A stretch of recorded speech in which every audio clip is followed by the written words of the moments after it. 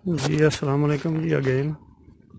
ये जी हम आ गए हैं जी जहाँ पे जी दाई हलीमा जो है पानी भर के लेके जाती थी उस कुएं पे।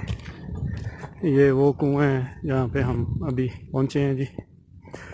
मैंने सोचा आप दोस्तों को भी इसकी ज़ियारत करवा दें। ये वो ऊपर हम वहाँ से आए हैं जी और यहाँ से वो, हाँ जी, और ये कुआं है जी जहाँ से वो पानी भर के लेके जाती थी। और ये दाई हलीमा की जो कबीले के लोग हैं ये उन्होंने यहाँ पे अब आबाद हुए हैं, तो ये सारे जो है ना ये उनके कबीले के ही बंदे हैं, वो यहाँ पे रहते हैं। और ये कुआं है जी, हाँ जी, नहीं पाइप है शायद जी। ये कुआं है जी। पहले जब हम आए थे तो जी ये थे, ये जिधर सिमटेड हुआ है ना यहाँ तक था, अभी उन्होंने फिर मेरा गहरा कर दिया।